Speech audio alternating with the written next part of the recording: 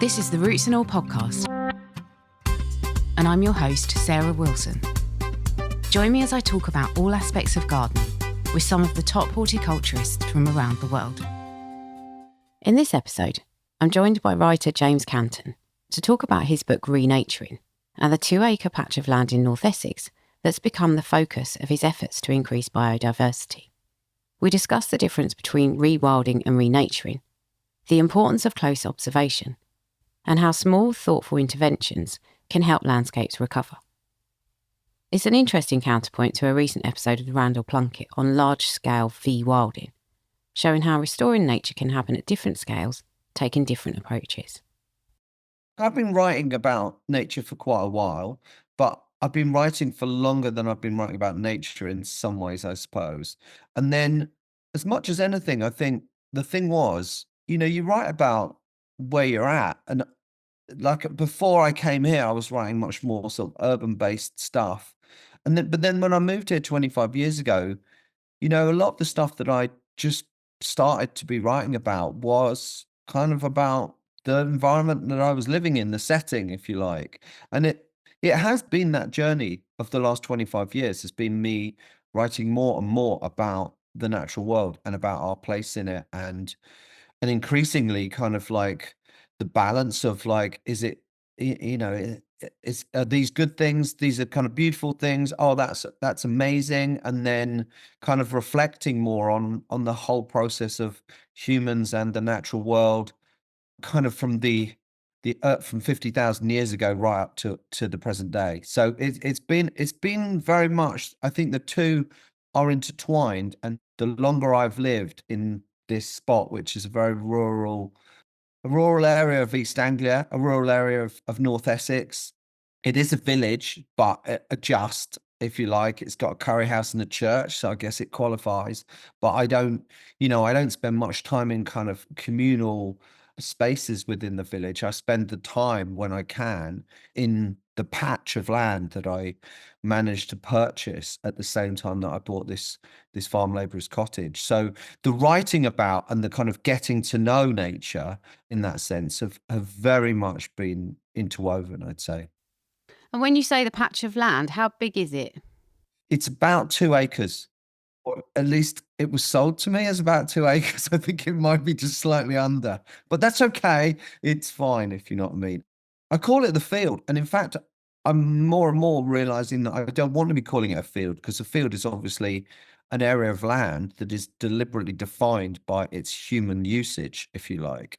And what I've been trying to do with this 2-acre patch, as you called it, which is a much better term, is to enhance the biodiversity. I mean, it's a simple thing, but kind of hand the land over to a certain extent to the natural world, and me included in that as a pottering about mammal of some sort.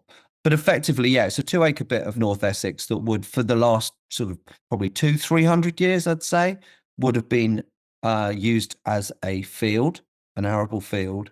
And then in the last sort of 50 years or so, I know in recent times, before I got it, I believe it was owned by a scrap merchant. And I found a certain amount of scrap while metal detecting, but not that much. So I'm not sure about that story, but it was certainly fenced off, like gated, with a sort of fairly ragged iron gate, when the farmer had already sold off a little patch of 2-acre plots, obviously just to make money, probably about 30 years ago, I think. So it's fairly new out of cultivation, if you like that.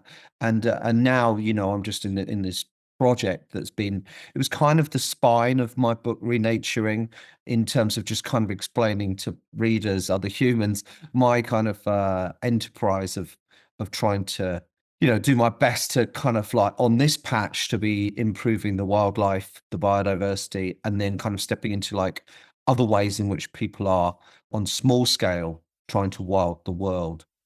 And as a mammal pottering about, you are still having an influence over the landscape, but you're not in the same way that it was managed when you first took it on, which I believe I'm right in saying involved kind of a lot of grass cutting.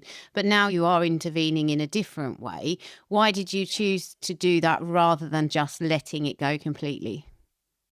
For the simple reason that when I started to be paying more attention to the natural world of the patch, of the field, the people that I spoke to, the naturalists, the experts, said, look, if you want to improve the biodiversity, your intervention is going to be required, because there's a simple equation that the smaller the bit of land, whether that's, and I'll include a window box in that, the smaller the bit of land that you're trying to improve the biodiversity in, the more human intervention required. So yes, if I had, let's say, 1/3 of a million acres, I could largely leave it to natural processes.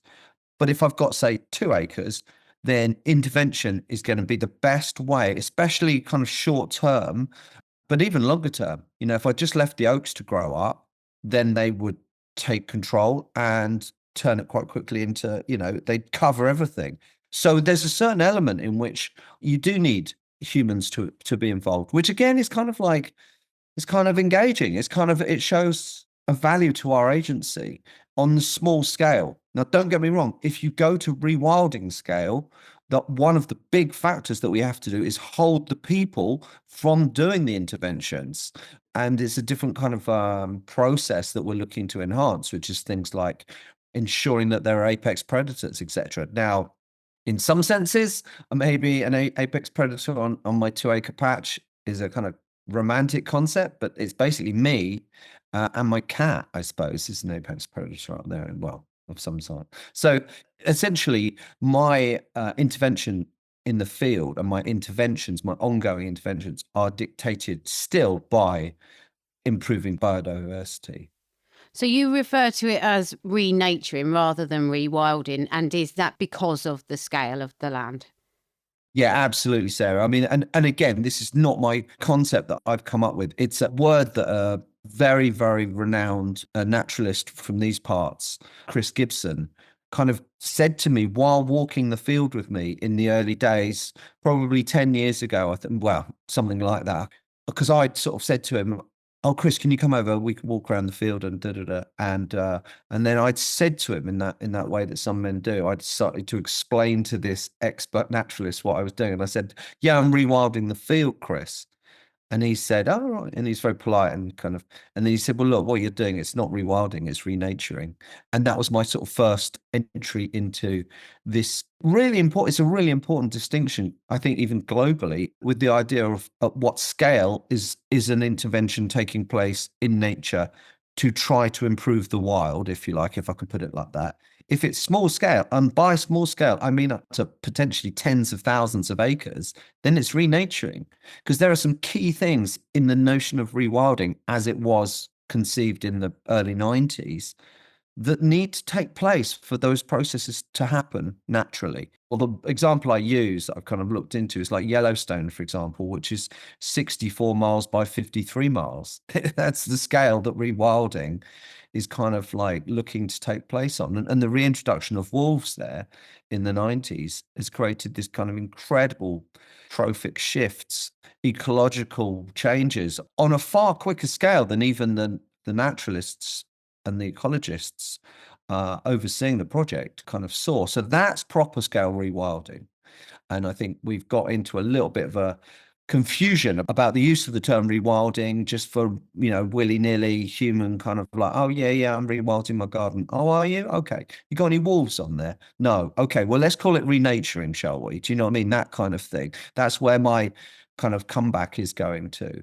But just because I want to keep the term rewilding for what it really is. And I think globally, this is what I mean. Globally, we need to be looking on that scale. But then on smaller scale, we want to be encouraging humans all over the place to be involved in trying to wild the world. So it's a kind of, it's trying to keep both things going, two plates in the air, however you want to see it. I would like to come back to rewilding a little bit later on, but I was interested by your experiences with Chris, and you do meet a lot of very well-informed people on your travels. But I was thinking as well, how important is it to you, given that all sites are very unique and there's a lot of site-specific things that develop, how important is observation of your actual patch when it comes to how you manage it? Yeah, absolutely. I mean, you're a gardener, and the gardener knows their patch. Yeah, they know it because they work it and they pay attention. And because they're paying attention, they're noticing, for example, subtle variances in, I don't know, soil type or, shade, light, etc. And that then dictates as well what's going to grow there best. So I was slightly working from the other way in that I was walking my patch, this field, a lot with people.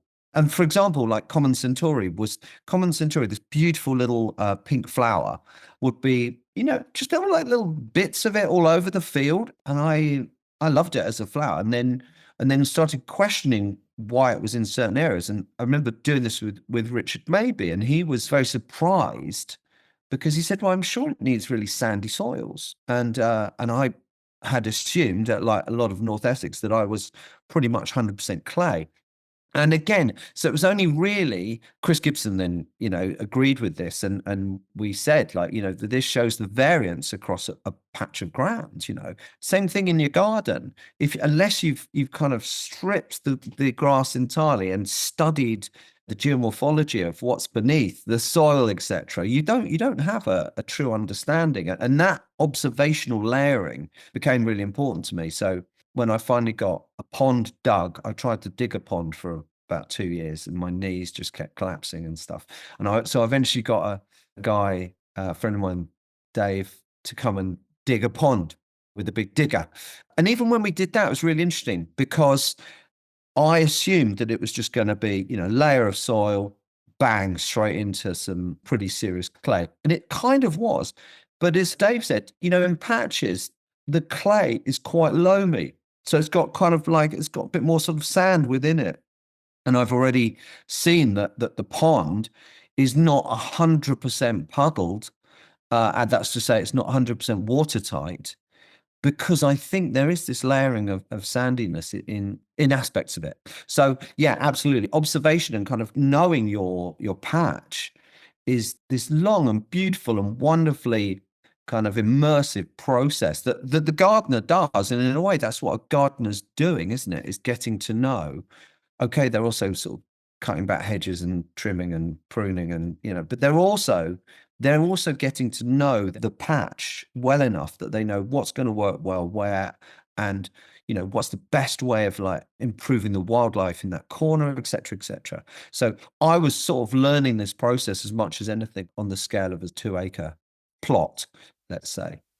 I think the gardeners, the land keepers do carry a lot of knowledge, which isn't always particularly valued, which is a big topic for discussion in the world of horticulture at the moment. So, yeah, it's good to kind of reiterate that value that people hold in their knowledge and their understanding of a site. But bringing it back to the rewilding thing, you talk about profit prioritising nature in the book. And I think that maybe you see some issues with rewilding, for all the good it does. I think there's maybe a side to it that's not potentially as positive as it seems or as benevolent as it seems. So I thought I'd just ask you to give an overview of what you think are potential problems with rewilding.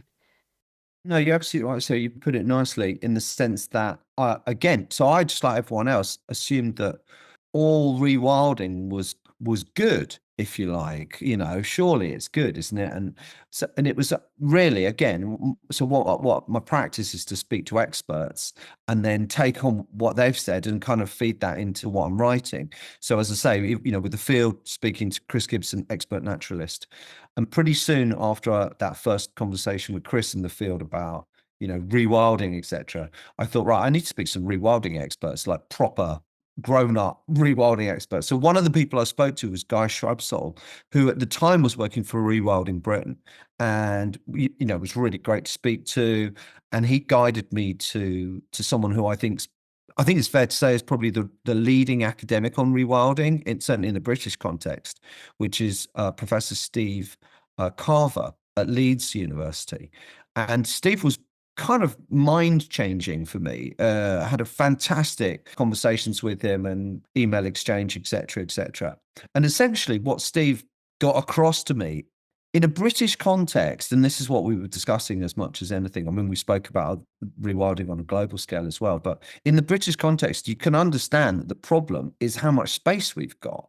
So we haven't got much space. And then one of the key things again, if you zoom in even further, you go to, say, the English context, it does also operate particularly well in Scotland, I think, is who owns the land. So it's a land ownership issue. And England tends to be kind of like, not entirely, but it's boxed up into what we can call the English landscape estate model. And that's where rewilding has kicked in. So instead of the scale being sort of tens of thousands of acres, or even, I mean, rewilding Ukraine's just kicked in with 1/3 of a million acres. They have the scale to be doing that. What we've got is things like Net, who's led the way. So it's a few thousand acres that was an old English estate that has then failed and then has moved to rewilding.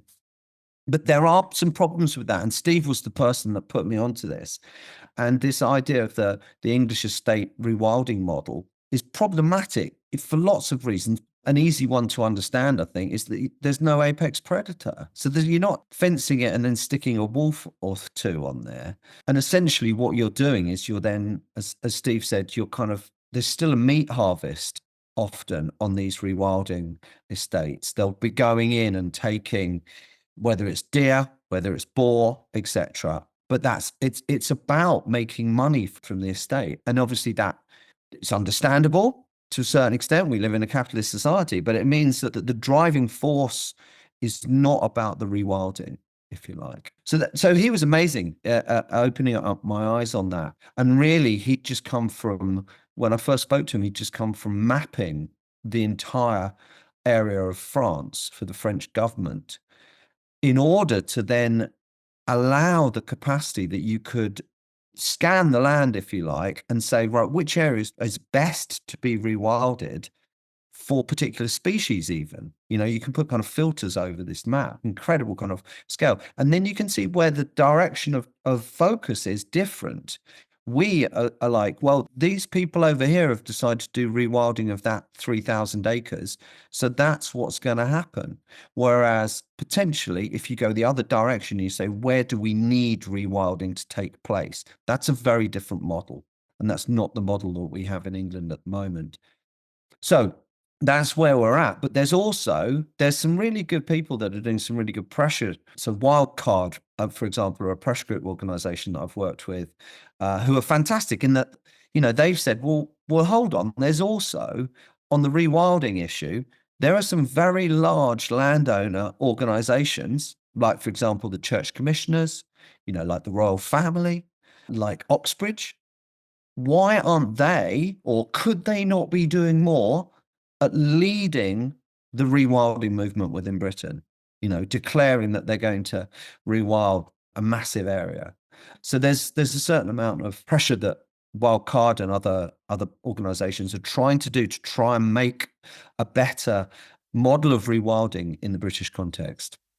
Yeah, more power to their elbow, because honestly, reading Guy Shrubsole's book, Who Owns England, made me want to chuck myself in the nearest bit of sea. I mean, it was just, reading it was just awful. I was like, oh my God, it was such an eye-opener, and not in a good way, I'm afraid. But, an amazing book for that. And well, I mean, yes, that's kind of land on a big scale that, when you talk about rewilding. So going back to sort of land on a smaller scale, because you mentioned a character called Ray Davies, who as a vegan probably would not be my favourite person. And I'm guessing that sadly by the end of the book that you've kind of dedicated it to him. So I'm guessing Ray is no longer with us. Is that no, he's not. No, he's no longer with us. He was a sad loss to the community around here. But I take the point, Sarah. Yeah, exactly. I do eat meat now, but not very often, and I certainly don't shoot it myself.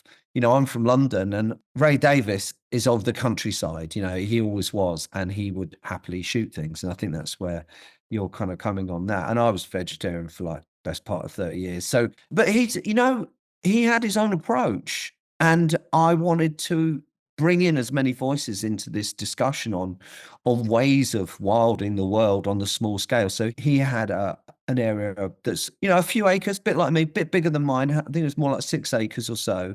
And what he operated on this patch of beautiful, just into the lovely county of Suffolk, so just over the border from me, but not a million miles away at all, is he was very much helping the habitat for things like songbirds. That songbirds were really key to him, but he created like log piles, he created all kinds of things in there for the wildlife. But then he would happily or very actively shoot what he saw were the kind of bullies. So he'd shot all the magpies, he trapped all the squirrels.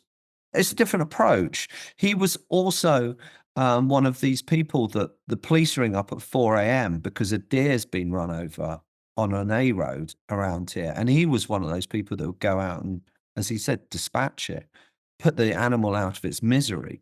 The population of deer in East Anglia is huge. I think it's fair to say it's never been bigger. You know, it's like that thing that. So again, there's lots of discussion points because obviously, you know, deer are quite sweet and they're cute, and some people are eating them, and you know, and Ray was one of these people. So he would be going out, he'd be shooting deer, and then he would very much be bringing back on the side of his Land Rover what he called the grallochs, the body, the remainder, the corpse of the deer once he cut the meat off.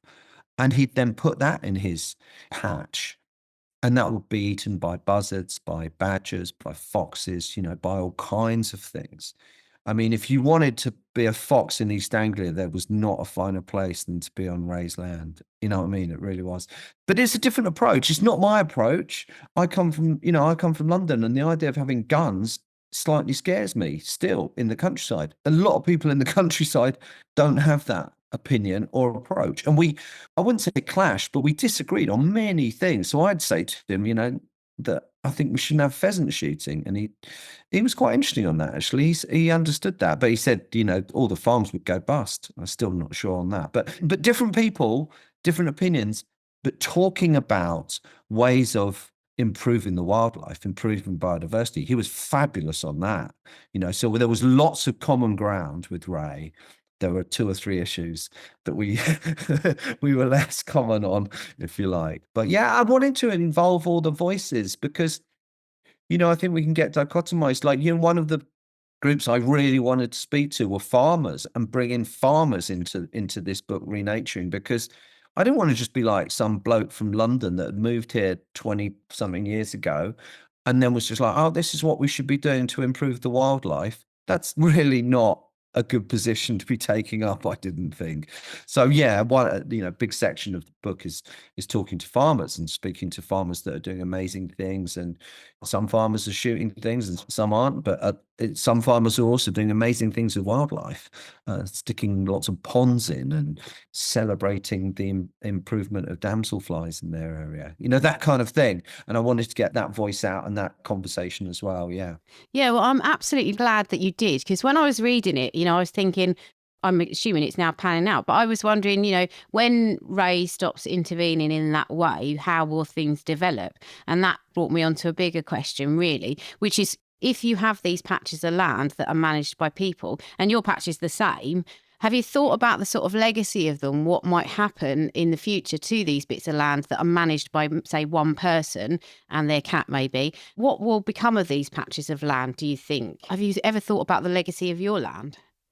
You know, I hadn't in that sense, because maybe you just like ignore your own mortality, if you know what I mean, or try to, or the notion of. But a couple of people said it when I've been on tour, kind of like doing these talks with the book of Renaturing, and a couple of people said, you know, have you built it into your will that plot of land needs to be, you know, left as it is, or, you know, managed? And I haven't, to be honest. I know with Ray's patch, that was one of the things he was most conscious of. And there's a lovely bloke that's now taken over who lives nearby, and he's like got, I'm not sure how many acres he's got, but he's kind of got a small farm, and he runs his farm on very much wildlife friendly perspective. He was a really close friend of Ray's, so he's maintaining that stance on Ray's patch. As to mine, well, hopefully my daughters will and my son might decide that it's not a place that they want to be doing anything dramatic to. But yeah, it's a good point. And one of the things that's been really noticeable with my 2-acre plot. Well, I still don't like that idea of like ownership, calling it like of the 2-acre plot that I go into daily. In the summer, last summer, a very good filmmaker friend of mine came up and made a film, just made a short film. We wanted to make a short film to show the kind of the effect that you can have, visually. I think it's important to be doing this. It's obviously books are great, but some people prefer visual. So we've got a 60-minute film that's going to be released in a month or so called Renaturing. And one of the things that was amazing for that was his cameraman, Andrew, had like drones and all kinds of things. This was in the height of summer. This was kind of August. I'd never really realized how much of an oasis my 2-acre field is, because all around is sort of farmland, and then even in the houses up and down here, they're lawns, largely lawn, that kind of idea. So when this drone footage came back, we were looking at it, and it's just this sort of rectangle of green amongst what looks like a sort of deserted wilderness kind of thing. And that kind of like impact is really dramatic when you see it visually, wow, look at that. So, I mean, my ideal hope would be that my neighbors and all around and farmers and etc. over the next 30 years take on these same sort of ways of being with the land, in the sense that in the middle of August, it's not a dry desert. There's greenery there. There's life still there. And then in a way, it doesn't matter what happens to my 2-acre plot, because everyone's moved from the way that we currently are to another way of being, in another way of seeing the land, if you like. And I think it is that shift that we need to take place. And then hopefully it won't matter too much what happens to my plot. Yeah, that's a really great answer. My last question, really, and you are just such a good person that's positioned to answer it, and I can't resist asking it. As a podcast host, I get sent a lot of nature writing, and I also go to a lot of bookshops and, like National Trust shops, nature reserve shops, and I see this array of nature writing books, and I can't resist, and I buy loads. So I am probably immersed in it very much. And a lot of the nature writing that I read is about kind of people's individual experiences with themselves, really renaturing themselves. And, perhaps as that relates to a particular piece of land or a particular environment. But I think to myself, is nature writing going to evolve, do you think? And if so, do we move forward out of this personal experience journey? Because at some point it's got to, I presume, the market has to become a bit saturated. Are we moving beyond that already? Are you seeing a shift away from that type of nature writing? Yeah, great question, Sarah. I can see that you've been thinking about it, and I'm glad you are thinking about it, because I'm definitely thinking about it. So you might have said earlier, one of my roles that I have, which I'm very proud to have, is this role of Director of Wild Writing at the University of Essex, which is essentially about teaching an MA in wild writing, literature, landscape, and the environment. And one of the modules on there is called New Nature Writing, and looks very much at this recent resurgence of writing on the natural world that we've seen, that you're talking about, that kind of in a way has been amazing. Obviously, like books like H is for Hawk, that have sold loads. There's the films just come out, this kind of thing. Helen Macdonald's, an amazing ambassador of the genre, if you like. But that was like 2015 or whatever, 2014, 2015. So, and one of the big discussion points is the direction, in a way, of nature writing from now. And one of the key questions that lots of people are asking is it going to shift around post Salt Path scandal? Because that questioning of authenticity that's taken place with the Observer insights into the kind of the nature of that book, this amazing journey, apparently, and the way in which being in the natural world and walking this path has, changed lives, etc. The problem comes is when that authenticity is challenged, because then does the reader start looking away from similar books in that genre? And so I agree with you. I think at the moment we perhaps have a glut, if you like, of quite similar texts of books that are often very human based, often about something that's happened to a human that is often very sad and very, very poignant. And then the narrative of that is explored against a backdrop, if you like, of the natural world or an aspect of the natural environment. That's not to say that there aren't some amazing books within that sphere, but I think it's going to be interesting. I think as we go forward, do we want all our nature focused has to have humans as a kind of central character? It's ultimately not going to be doing the best for the natural world and for the wild, for the other living beings that we share this earth with. If we can get beyond that, if we can do that, then that would be a fabulous thing, I would say personally. I appreciate the issue is that at the moment, that's what's driving sales within nature writing texts. So there is a tension there, publishers and agents, etc. They want sales, and so do authors. But yeah, trying to step forward within the genre of what's often called new nature writing. I know some people don't like the new bit of it, but I think if you compare nature writing in the last 20 years compared to how it was, say, 50 years ago, there weren't many women that were doing any nature writing, for example. They tended to be very white male as authors. So it's been a good thing. There's no doubt about it, but it's just like, can it evolve? Can it go in new directions? If today's episode sparked your interest in the many different ways we can help landscapes recover, you might also enjoy episode 373, Rewilding with Randal Plunkett, which explores large-scale rewilding on an Irish estate, and episode 322, Garden Wildlife Ponds with Pete Case, where we look at how even a small intervention in a garden can make a huge difference.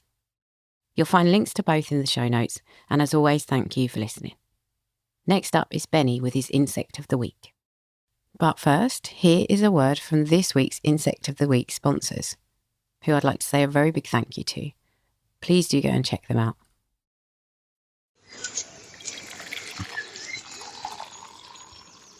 There's nothing like a nice cup of coffee outside on a spring day. Hello from the Roasting House. We're a small, family-owned coffee roastery based in South Yorkshire. We love coffee, but we're also passionate about protecting nature and trying to keep our footprint as small as we can. At the Roasting House, we offer delicious coffees from around the world, carefully selected from farms that use nature-friendly methods such as shade growing, soil conservation, and maintaining wild areas for native wildlife. We roast in small batches using an energy-efficient roaster and filter the smoke to remove carbon to reduce air pollution.